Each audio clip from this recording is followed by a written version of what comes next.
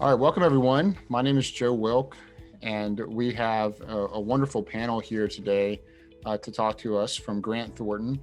We have Hannah Crabtree. She's the class of 2012. We have Greg Wallig. He's the class of 1994. And Greg Wallig is also on our Business Analytics Advisory Board. And we also have Jeff Hughes, class of 1985, and he is on the Accounting Advisory Board, if I'm correct. And they're going to share with us, what is going on in accounting analytics. And this is really great because we also have Professor Jamie Diaz from accounting. And so we have, business analytics, we have accounting, and we have Grant Thornton here to tell us how these two fields are actually perhaps one and the same, at least in their line of work. And we're just delighted to have them. So without further ado, I'd like to have our panelists introduce themselves and tell us a little bit about what they do in their day-to-day. So Hannah, how about you kick things off? Sure thing. Thanks, Joe. So my name's Hannah Crabtree. I am a graduate of the MAcc program in 2012.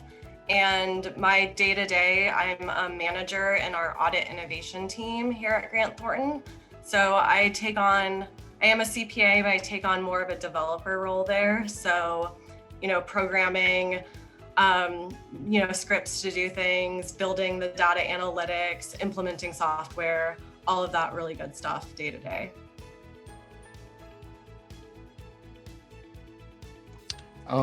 Greg Wallig.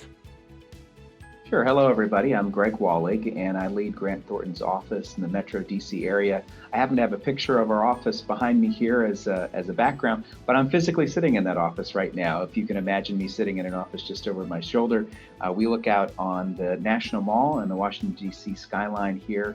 And we are actually Grant Thornton's largest office in the United States and offer a range of services for our clients.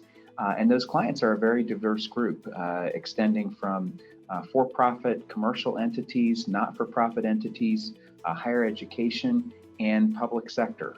We serve the United States government as a client, including auditing the world's largest financial statement for the Social Security Administration, which we perform out of this office. And Jeff Hughes. Thanks, Joe. Greetings, everybody. So I am the National Managing Partner for Audit, Quality, and Innovation. So that's a long-winded way of saying that all the national office is under my purview. The team that Hannah is with is part of that group, where it's driving lots of our innovation that we're trying to do, not just in carrying out audits, but other services as well, including the use of analytics and lots of other tools as we try to move into the future, if you will. So a big purview in that regard. All right, and our other faculty member is Professor Jamie Diaz. I'll let her introduce herself and then ask the first question. Thanks, Joe.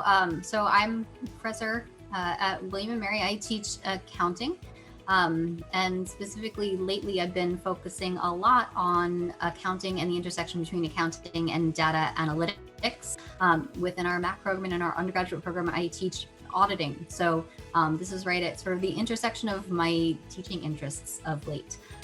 In a previous life, I was an auditor. And now I've been teaching at William & Mary for about 10 years. So I remember Hannah from way back when it was my first year at William & Mary, actually. So Hannah, it's wonderful to catch up with you. How did you get started in accounting analytics, or how did you kind of transition into analytics coming from an accounting background? Yeah, sure. So for me, it really feels like, a little bit of being in the right place at the right time and following certain opportunities. So, coming out of the MAcc program at William & Mary, I joined up with PwC to do nonprofit tax compliance.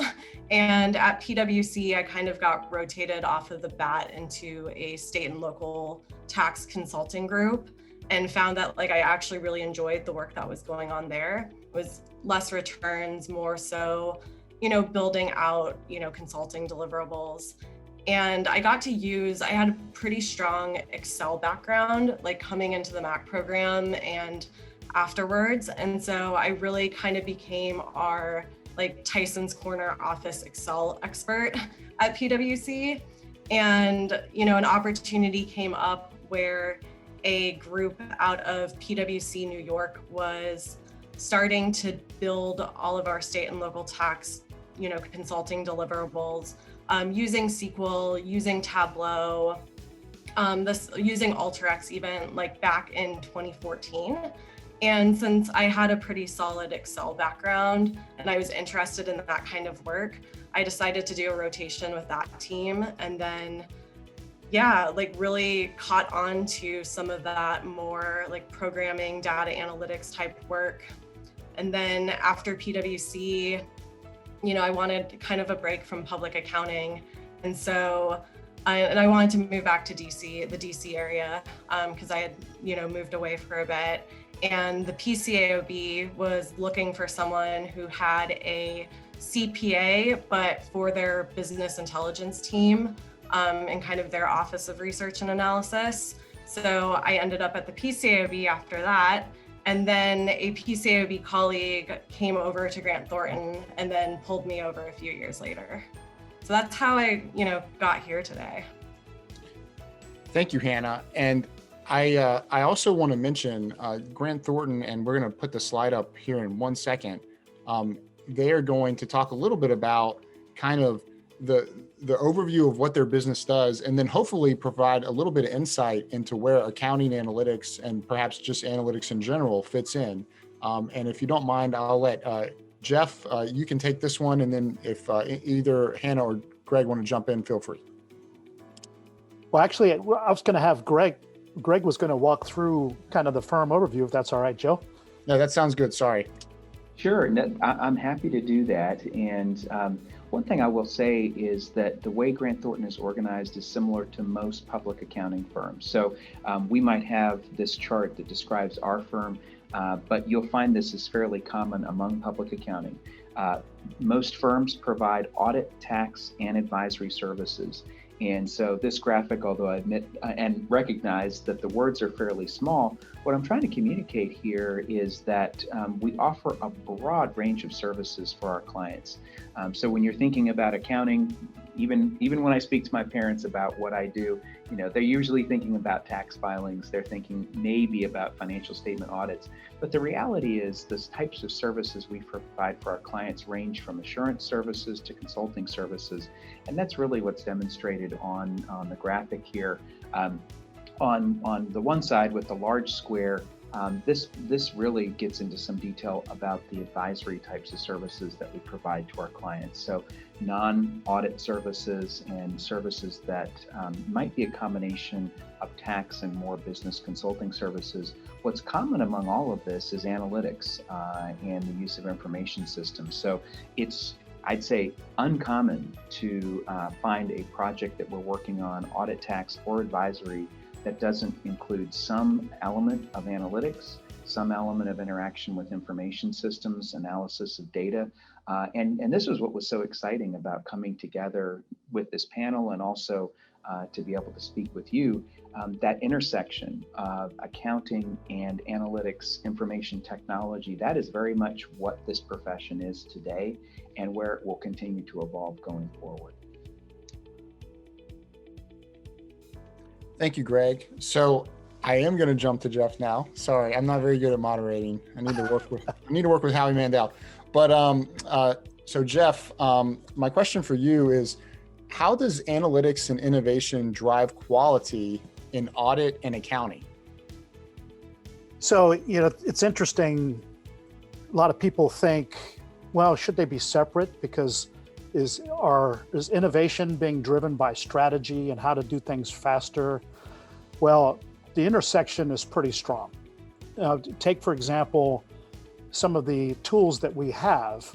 One of the most powerful ones is our whole ledger analytics package that we can run on every transaction or every entry that a company makes in a given year. And you talk about informing an audit team, for example, on how to assess risk, where are the outliers. And one of the really powerful aspects is showing it pictorially so that a team can understand what is outside expectations. So that's just a really simple example of how it makes not only a project more efficient, but definitely more effective. And it plays out in so many different ways from an analytics standpoint, because the ability to get data these days, while not simple, Hannah can attest to that, it is a lot better than it was even just 5 years ago. And what's at our fingertips really provides a tool to be able to understand better a company. And it's not just audit. It's anything in the financial reporting world, because of the ability to analyze data in a way that we haven't in the past, whether it's across companies, within a company itself, whether you're providing an audit or even a company doing its own internal accounting and understanding how they stand relative to their peers.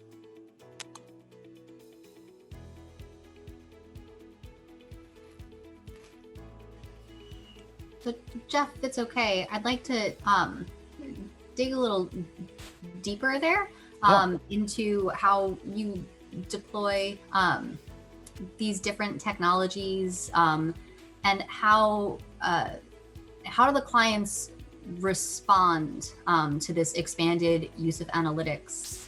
Certainly a lot of your clients have been with you for many years, and they've kind of come along on this ride with you and sort of the change of the model. So how are clients, do they seem resistant to the expanded use of analytics, or is this something that they are also adopting?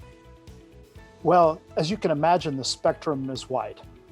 And what's interesting, it's not necessarily a tech company that is more tuned into it than, say, a consumer products manufacturing entity. It really depends on what they're looking for. And I think that what we find is most companies are expecting it. For example, these days when we propose on an engagement, whether it's audit, tax, or consulting, those are key questions. And they expect you to come to the table with, how are you going to use innovation in providing whatever services you're going to provide? And if you're not, you're an outlier. So I think the expectation is there. Now, quite often the question is, okay, you've showed me all these cool tools and bells and whistles. What does that mean for me? So, sometimes it's as simple as making life much easier for the client in just interacting with us, but it's also value added too, depending on the information. So we're able to glean information quickly and compare. And so often that provides value to the client in terms of feedback. The old traditional way was, well, we know a lot of other companies in your space and we can compare. Well, guess what? Now we know a lot more about those companies. We're not sharing trade information, secrets, but we're certainly able to share analytics, particularly that's just based on publicly available information. I'll give you an example. Hannah's team actually runs analytics and gets publicly available information, and we subscribe to some stuff that we use as part of our client acceptance process, and then we also use quarterly to be able to assess the risk of our client base. Who's trending towards potential restatement, or where's their potential indicators of fraud, or even going concern issues. And that's really informative for us just to be able to stand back and look at our entire client base, and helps us manage risk as well. Interesting. So Hannah, putting you on the spot since you were just mentioned, but you mentioned earlier that you were kind of the in-house Excel guru, but now you're probably using tools such as SQL, Python, Alteryx, Tableau. How did you reskill? How did you, reinvigorate your skill? Yeah, and I don't even necessarily consider it reskilling on my end. I think it is really, taking some of these foundational concepts like I knew really well in Excel, just basic data fundamentals and being able to be really efficient in Excel. Like those sorts of skills and like critical thinking, working through a problem, setting up something in a way that makes sense. Like that benefits you everywhere. Like it doesn't matter what the technology is. If you kind of have those core skill sets, it's not that hard to pick up new things. But I will say that like I was really lucky to have strong mentors and also just on the job time to learn some of this stuff, right? Like if I was getting thrown on a project, right, there was time leeway, there's that expectation that like I would be spending some time, trying to learn something new. And I had that with Alteryx, I had that with Python at the PCAOB. And, to be honest, like I really wish like, employers just like kind of across the board, like, would give like, their employees like more leeway to do that. Because like we really shouldn't have to be learning this stuff like outside of work, even if like I did do that to some degree, because there is sort of that passion and wanting to take your career in that certain direction, but it really shouldn't be the expectation. Well, that's great to hear. And just perhaps to give kudos to your organization, but I assume that Grant Thornton has some kind of internal, groups that help each other and maybe like an internal data camp, if you will. Can you describe that a little bit? Yeah, we have like formal trainings, like we have we call it GT University, like my GTU, where you can take trainings on stuff like Power BI. We, partner with Alteryx, so like Alteryx will come in and do trainings. We have like a digital allies program where like employees can learn various new technologies and kind of get that hands-on support while they're doing that. And then it's a lot of just informal training. Like for example, like I hopped on a call yesterday to walk someone new in our team through setting up Python. And I have like a Python group on our like internal channel, right? Where I try to post like Python tutorials and just like always like at my level being happy to jump on a working session with someone. That was how I learned, SQL back in the day, was having, someone like basically live code and like have me watch that, and also me live coding, and having someone direct that. So I've been hopping on a lot of working sessions lately with, some of the younger members of our team to try to get them skilled in Alteryx. And we're getting there on Python, but, it's a more ambitious project. Joe, if I could add to that, one of the most powerful aspects of organizations like ours and any others who's trying to move forward is some of the best ideas come from the field, because there's a real need in carrying out a project. And the companies, like I said, who are trying to move forward totally embrace that. And it may mean, hey, we've got this idea, we could use some more licenses on X, or can we get some of the training available for this to get the whole team up to speed? And frankly, that's some of the best stuff that comes out of it, because it's based on a real need in the field. Yeah, that's great. And it sounds like Grant Thornton really has a good, culture. And that's great. And helping with that lifelong learning aspect that's probably needed in accounting, and it's also needed in analytics, and certainly in both. So Greg, I'm going to pivot to you. So how has analytics and technology changed public accounting firms during your career? It's a great question, Joe. And, maybe bring it back to the basics. Some of you may have tried the lemonade stand, maybe as a first business as a kid. And every once in a while, when I come across one of those lemonade stands, I'll know that there's an accountant behind the scenes, because you see maybe a 4 or 5 year old kid with a little ledger, right? And they're trying to keep track of how much the lemons cost and how much the sugar costs and what they're going to charge for the lemonade. That's the basics of bookkeeping for a business. And frankly, when many of us started in our careers, it wasn't unheard of that businesses would keep their books and records on physical papers, ledger paper. Today, no one would think about that. Other than maybe a lemonade stand for kids, you wouldn't keep your records on paper. We all use information systems. So I'm a certified information systems auditor. I'm not a CPA. I'm a certified information systems auditor. And so about half my time with Grant Thornton has been spent helping our audit engagements with the information systems elements of the audit. And if you imagine that the debits and credits associated with financial bookkeeping are held now in very large systems in some cases. I mentioned our audit of the Social Security Administration. So that's a balance of $3 trillion. And if you want to get a little geeky on the accounting side, materiality on that audit is $500 million. So we just forget about anything below 500 million. That's the size of a pretty decent sized company, actually. No lemonade stand there. So you can't keep that type of data flowing. And we're talking about transactions that go to hundreds of millions of Americans, and do that without sophisticated information systems. So what initially started as the ability to understand how the systems were working, whether we could trust the accuracy and completeness and so forth of the data coming out of the systems so that we could rely on that for audit purposes. Well, that also assumes that you have certain security and controls over those systems. And so in the case of that Social Security audit, which is one that I've worked on for a number of years, about half of our hours on that audit were spent by information systems auditors who are auditing the systems themselves so that the financial statement auditors could come in and do their audit procedures. And so today, those are very much intertwined.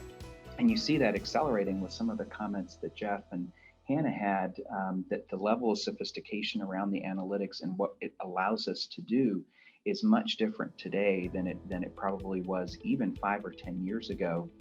Forget the 25 years since I joined this profession, or a little longer for Jeff. But things have changed significantly. And I think that if you're interested in accounting, you need analytics as a complement to your tool set. Otherwise, I think you'd have a pretty hard time, keeping up and feeling successful in our profession without that foundation. Thank you. So moving on from the foundation, and I'm going to pick on Jeff now, but for others, feel free to chime in. How has accounting analytics changed over the last 5 years? And then if you had a crystal ball, where do you see it going as some of these folks that are on the call are preparing to enter this field and they might want to be thinking ahead? Great question. I think what's evolved is it's gone from some really cool information to be able to be used on a real life daily basis. I'll go back to that example on the whole ledger analytics. Yeah, 5 years ago, we wouldn't have thought about running that on an entire set of entries for the entire year across thousands of engagements, just because of the complications around data ingestion, training up the people on how to use it. But that's become more mainstay.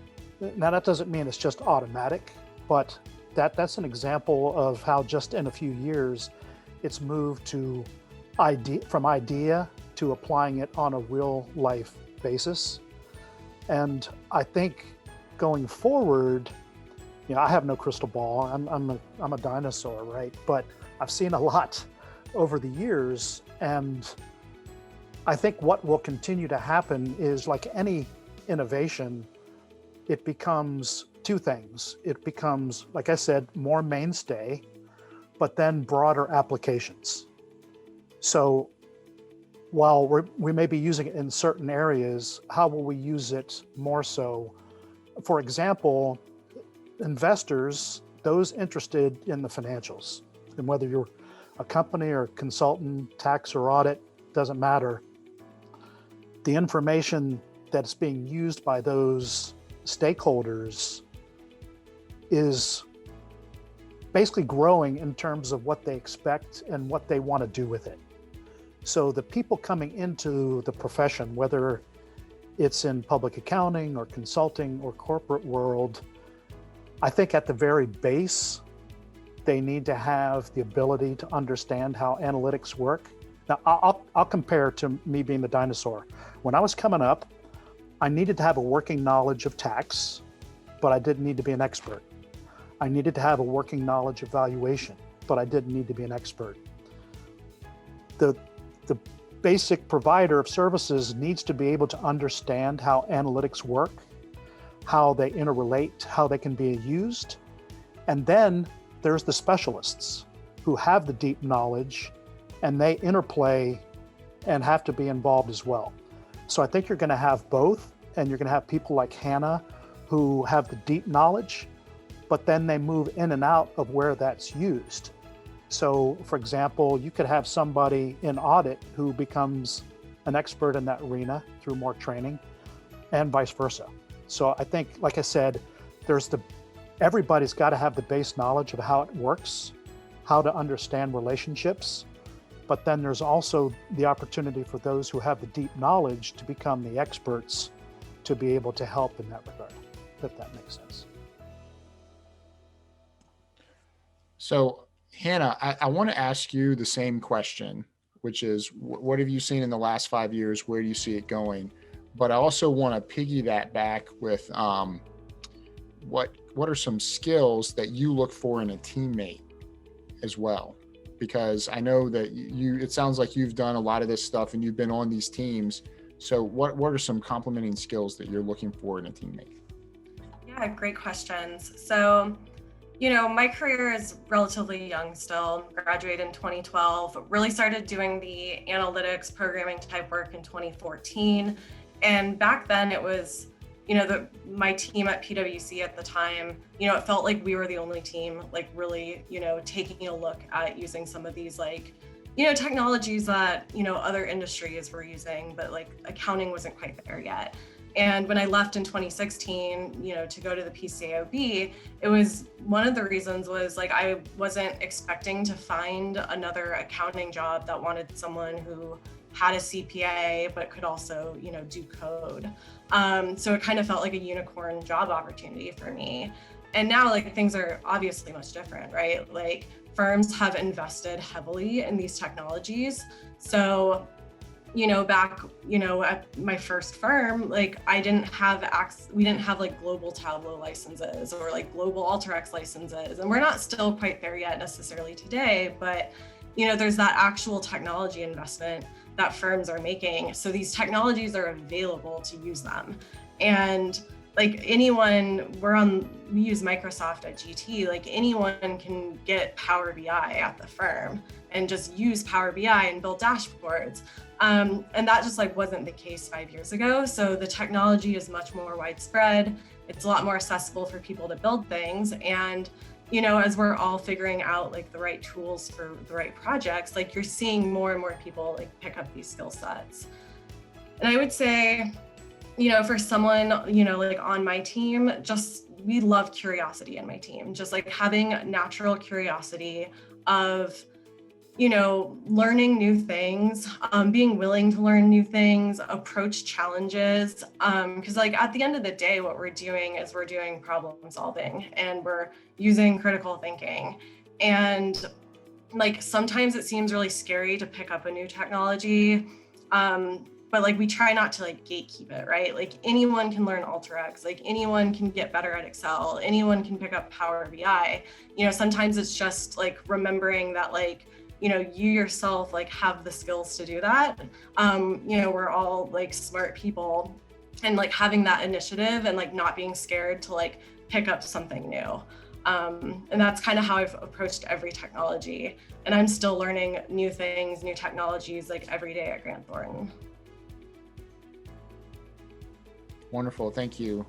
So Greg, I'm going to put you on the spot here. I know we have a number of potential employees on the call attending, and I want to know from your position, what do you look for in a new hire when it comes to accounting and analytics? Sure, and we love our William & Mary alumni. We have many of them here at Grant Thornton, and I'm proud to say we've been a top 10 employer at William & Mary for about 10 years now. And we certainly hire our fair share of accounting majors and other majors, MSBA to be sure, also public policy, also economics, finance. So there's a pretty wide array of things that we do, as I mentioned in the first slide that I've put out there. And so we look for a variety of backgrounds in order to serve our clients. And that's about providing solutions to our clients. We are a professional services firm, and we provide professional services to benefit our clients. As part of that, we look for people who can work in a team, who can work collaboratively, who show elements of leadership, who can behave in an environment where we treat each other with respect and we take personal responsibility for our work. Knowing that as someone is a graduate of William & Mary, we know that there's a baseline level of knowledge there that that person can do the job. I have never seen a situation where a William & Mary graduate struggled to perform the work that we do at Grant Thornton. One of the other great elements of William & Mary is the philosophy, I think, that is part of the Mason School and William & Mary in general. And it's a philosophy that is about personal responsibility. It's about the honor code that you sign and abide by. Ultimately, as a public accounting firm, what our clients count on is trust. They trust that we are doing the work that is required at the right level of detail and quality, that we deliver our work with quality. And so that combination that we see from William & Mary, the technical acumen, the ability to use right brain, left brain, quantitative and qualitative skills, we see that overwhelmingly coming out of William & Mary graduates. And then the ability to work in the environment in which we work, which is the philosophy that we bring to work, to make business personal and to build trust into every result. Thank you for that. And I just want to echo what our dean says very frequently. He talks a lot about principled mindset, and I think that goes along with the whole honor code, and that's kind of the Mason School spin on it. So for those of you who are listening, who have not joined us yet at William & Mary, that's definitely something that you'll see, and you honestly feel it when you're with your classmates, your professors, and in the building. So Jeff, I also want to ask you, because I know you're in a position where you make hires. What do you look for in accounting analytics folks that join your team? So I have been, believe it or not, recruiting at William & Mary for 35 years, and that's a long damn time. One of the consistent attributes that you get from William & Mary students that we look for across the board, and it's already been said, is critical thinking. It doesn't matter where we end up as a profession or entities. If you are able to demonstrate critical thinking, you are going to be able to adjust to what is happening in the environment. I'll give you an example. We don't know where the audit of the future is going to be, but let's say it looks something completely different than financial statement expertise.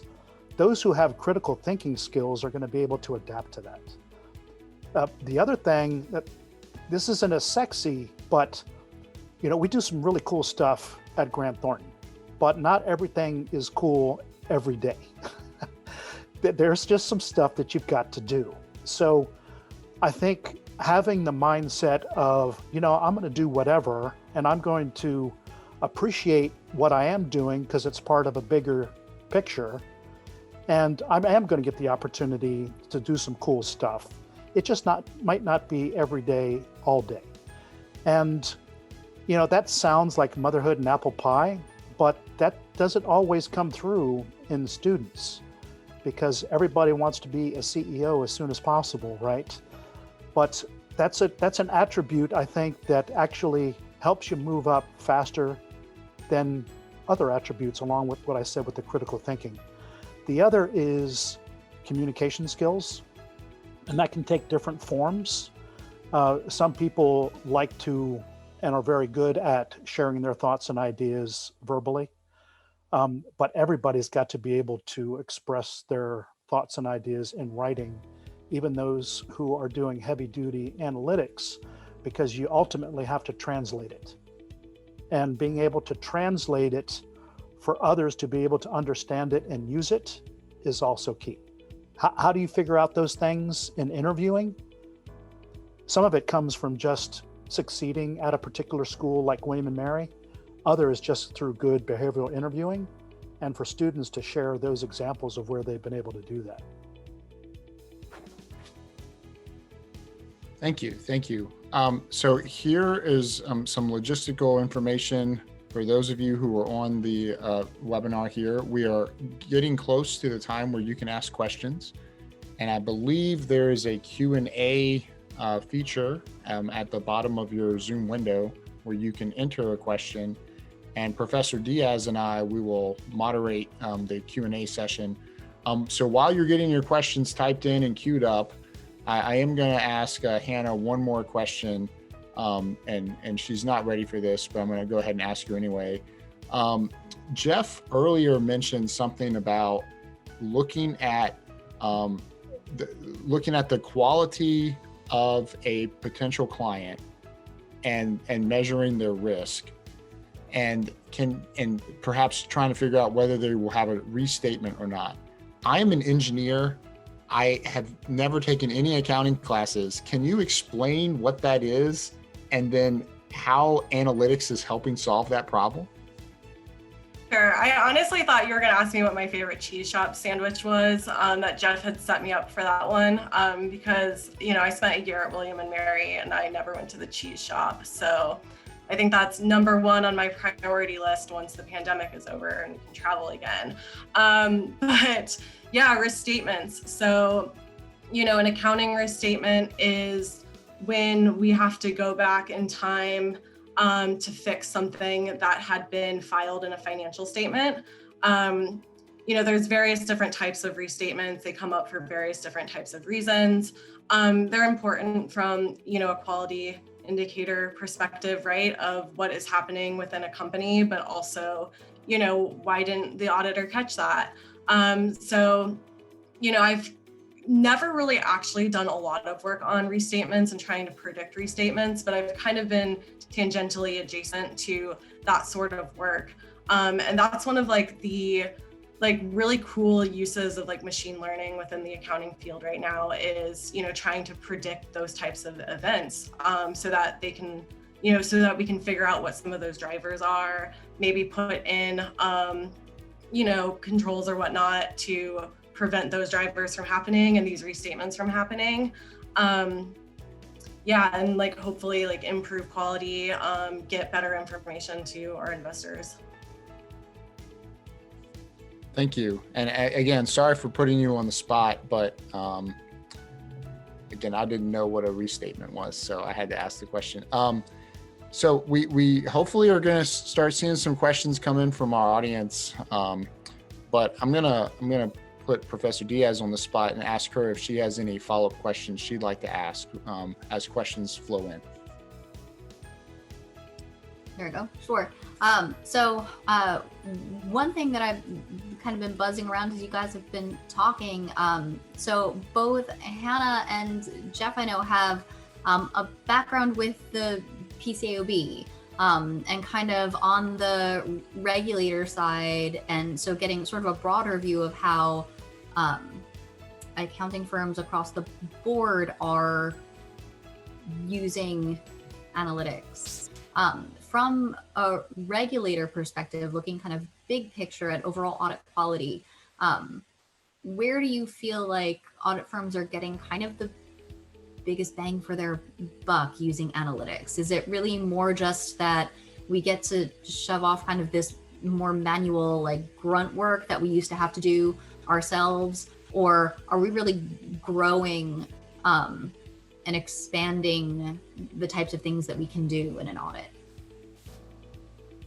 Anna, you want me to take a cut first? So, it's interesting. The group that Hannah was in at the PCAOB did do a lot of analytics around particularly identifying companies that are potentially more risky, right? So it's informative. So that's an arena where you can probably do more than you could in the past.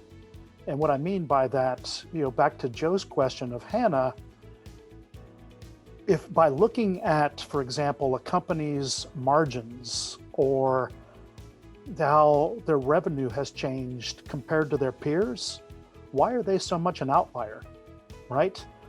But even in the day-to-day operation, take, for example, you mentioned being able to perhaps do something a little easier that was manual before. And let's say it's a simple, and this is a real life example, where you spent so much time prepping to audit fixed assets or accounts receivable. and you spent more time doing that than you did auditing. By automating that, you're actually able to spend more time analyzing and not paper chase. That seems pretty basic, but it's not just replacing, it's actually providing more opportunity for deeper analysis. So there is some aspects of just moving things from manual to automation, but then it's also using the tools. The trick though is in the audit industry, the standard setting and the regulation hasn't caught up with the innovation. So you're still a little bit hamstrung on what you're able to do within the rules, if you will. Yeah, and I will say too, there is guidance for using audit data analytics now that the AICPA has put out, where, we, by using like an audit data analytic to aid our populations. Can you still hear me? Yes, I can hear you now. Okay, sorry, my Zoom is being weird. Yeah, so we use audit data analytics to bifurcate our populations into like notable, not notable populations based off of like an underlying sense of like risk of material misstatement. And so we're using analytics to actually drive insights and like focus our efforts where we think the risk might be too. So there's a real quality add there. So I'm going to pivot a little bit, and I'm going to kind of try to merge a couple of questions that I see in the chat. And I think I'm going to ask Greg this question, but if either Hannah or Jeff want to jump in, they can. The question is, you mentioned critical thinking and those other abilities that William & Mary grads have when you're looking to hire, but are there any just baseline skills? Like if you don't have these, you're really not going to get an interview. Like what are some of the baseline skills and knowledge that you expect a William & Mary graduate from either the MAcc program or the business analytics program to have? Sure, that's a great question. And Joe, I get asked that on, usually we do a pre-interview reception with candidates when we're able to be in person and do the recruiting on campus. And oftentimes I'll get asked about specific classes. Should I take this class or that class? Which one do you think would prepare me the best for what you're looking for? And I don't know that students ever fully believe what I say, but that's less relevant to me than the qualities that you possess as an individual. Again, I'm aware of the curriculum that exists at William & Mary. The students that graduate from William & Mary are successful and actually generally more successful than students that we see at other universities. And we recruit at great universities across the Mid-Atlantic for our office and across the country for others. And William & Mary students have something that's special. And I think that Jeff mentioned this, also a work ethic, just a willingness to work hard, do the job, do it with quality. And so when it comes to specific skills, what I sometimes see is skills that are attractive to us. So when I see certain analytic skills, somebody mentions Python as an example, and I know that they've had that type of curriculum that might be incremental to the baseline curriculum that maybe others in an accounting program have had. That's intriguing to me. Oftentimes, I'm also recruiting for advisory types of positions, in addition to audit and tax positions. So I'm also looking for an interest in a broader set of skills. But there are also things on a resume that I look for that I know students and applicants will put on the resume, maybe thinking employers aren't interested in these. And those are things that lead me to understand that you understand how to work in groups, teamwork, leadership. All the work that we do is group oriented. There is not a situation where you're an individual contributor at Grant Thornton. Some companies are. Some companies you work same desk, same type of job every day. We are not like that. We're very dynamic. We're team oriented. When we're able to work in person, we're oftentimes working shoulder to shoulder, really sharing knowledge amongst our team. You want somebody who's comfortable in an environment like that and can thrive and learn and grow and challenge each other. So I look a lot more qualitative attributes than maybe a lot of people might imagine, because I know that thanks to the quality education the students are getting from William & Mary, they have the right baseline skills and the technical knowledge. Everything else we assume that we will teach you. And that's probably another thing that students are sometimes surprised about, is that it's in our interest as a public accounting firm for every one of our employees to have a certification, whether that be a CPA, Certified Information Systems auditor like me, program management, project management professional, lots of different types of certifications. We pay for the certifications, we pay for the training classes, we provide training on the job, and through some extracurricular training like Hannah mentioned. So we want you to continue to learn and build your skills both on the job and then through the trainings that we provide. Joe, if I could, I'll just add one very specific item. Yes, please. That it's not a non-starter, but in the current age, and I don't know how long it's going to last, but companies still tell their stories using financial information.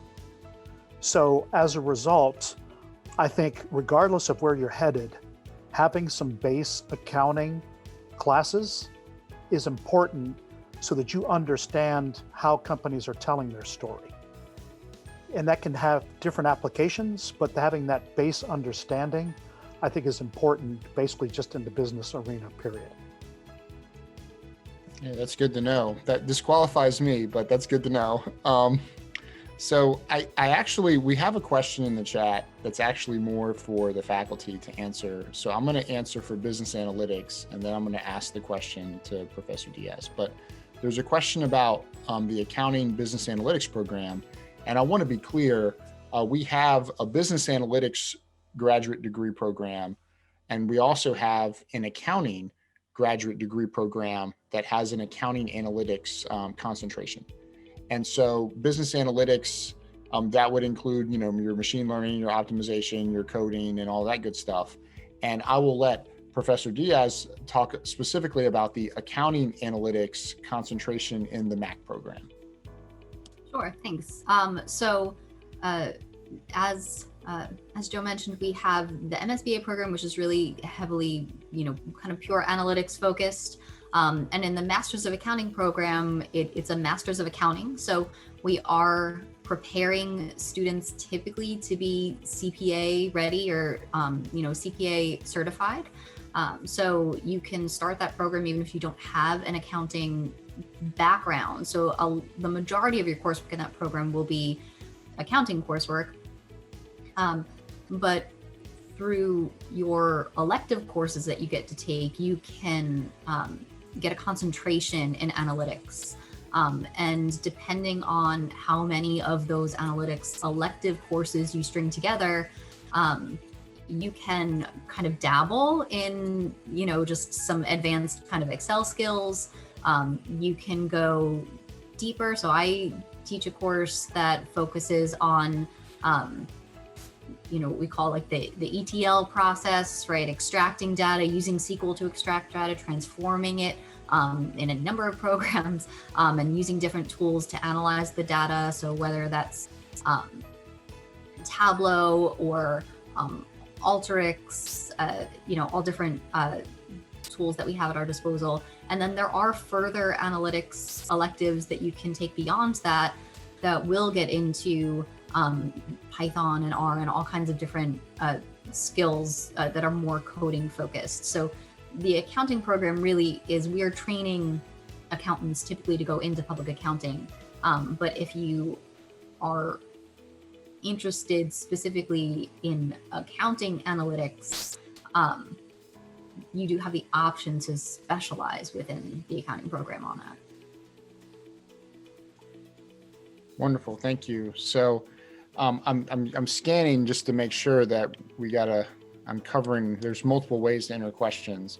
But I do want to entertain the idea of allowing our panelists to kind of get kind of a final word if they want, maybe a final story or just a final thought. So I'll let Hannah go first if she doesn't mind. But if you just have one kind of overwhelming thought that you just really want to share with our audience, please take the moment to do now. Yeah, I would go back to, there's no gatekeeping with technology these days, like in the business world, right? Like I work in a center of excellence for innovation, right? But like really, like everyone should be an analyst these days. Like everyone should pick up these skill sets. You don't have to have that deep dive. You don't even necessarily have to know everything off the bat, right? Like there's always like a chance to learn new things, but just don't be overwhelmed. Don't think that this isn't for you. There's always a chance to learn, and just be curious and be willing to learn it. I do something different like pretty much every day at Grant Thornton, spanning the whole universe of like analytics, programming, browser automation. I did that this week. Software implementation. I'm doing all of these different like things, and like it makes my job so much fun. And I think there's a lot of rewarding things you can do, with an accounting and analytics skill set together. Wonderful, thank you. So Jeff, you're up. So if you operate with curiosity, you are going to, first of all, enjoy what you do, because you're always seeking different ways to think about something. You're bringing an answer to the table, you're developing something, you're getting opportunities. Secondly, it's going to open doors for you, and doors do open at different times. And if you're curious, you're going to step through that door, even though it may be dark behind that door and you're not quite sure what it is back there. And maybe it's not into a room or a path that you're ultimately going to spend a lot of time in, but you at the very least have piqued your curiosity. You're going to learn something in the process, and you never know, it might be something that opens up a whole new world for you to participate in. That has happened for me multiple times through my career. Quite often, I have stepped outside of my comfort zone and done so with trepidation, but then I look back and say, what was the big deal? That was awesome. And I could do it. So I encourage you to stay curious and to step into the dark sometimes. You never know what you're going to find. Sometimes not great things, but it's not all bad. That's good advice. All right, Greg. Well, I would share that public accounting is a great profession, and it's different than a lot of fields that are out there in that this is one of the few apprenticeships that exist. Law, accounting, medicine are some of the few fields that you can go into where the idea is you start with the basics and build from there. And all public accounting firms are structured in a way that is helping you to move along in your skills and abilities, even to the point where you can own the firm. So Jeff and I are both partners in Grant Thornton. We are both owners of Grant Thornton. We're two of about 600 owners of a $2 billion business in the United States. And that business has affiliates all over the world, in about 140 countries around the world. So you imagine that level of sophistication to go from the basics, understanding the basics of performing a financial statement audit. How do you then supervise others and train them to do that? How do you manage clients and work with invoicing, billing, managing the relationship? How do you sell new work to clients? And ultimately, how do you own and run your own business? I would challenge you to find another field that provides that amount of variety, which Hannah very aptly described, the sense of curiosity and change that Jeff mentioned, and then the opportunity to really participate in what's a dream is to own your own company at some point and be a leader in a community. So if you're thinking, why public accounting, why consider the MAcc program, why consider the MSBA program, why consider applying to a firm like Grant Thornton, there's a lot about our firms that are very unique and you're not going to find with many other companies, and you won't find with many other professions. So stay curious, and I hope you're enjoying your time, or if you're a potential applicant, William & Mary is a great place, as I hope we've established, and many employers think like Grant Thornton does, and we love hiring our William & Mary graduates.